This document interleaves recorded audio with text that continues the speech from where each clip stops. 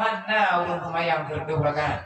Kalau lung kalian di rumah lewatnya di Yaman, daerah dari Hadar Maun, Bak Dayah Habib Umar semayang terawih berdua di malam.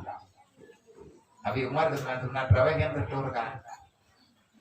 Man ijit iatih 20 nan mandeng tarawih yang baik urang 20 lebih juga mana urang pegah 8 bagi hari ke semayang 20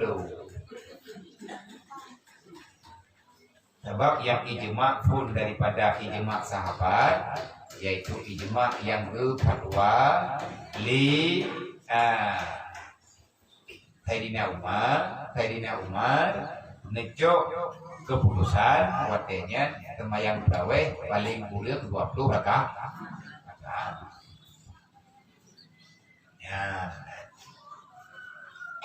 Cuman mayat tekali tanya kena semayang lebih bagi je.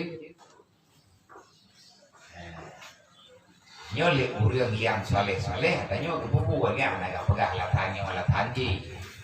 Orang pegah kayaknya hana dali banabi buh semayang masjid dali. Yang han gebi semayang makruh, yang nan semayang sunat, yang baik lewat dia makruh nang ditam, yang terdapat lagi tak. Ana itu biuah.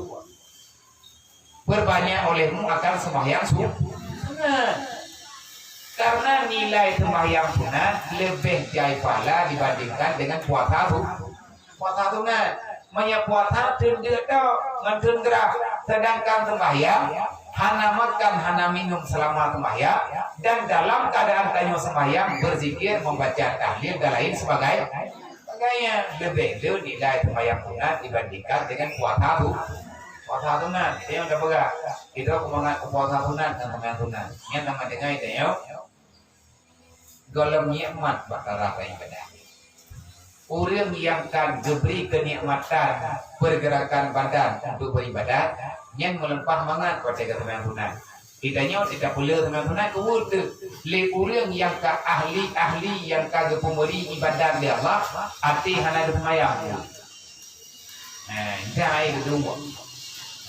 Selain daripada wajib dan bermunajat dengan Allah, wajib berpegang tentang hukum dan agama Allah.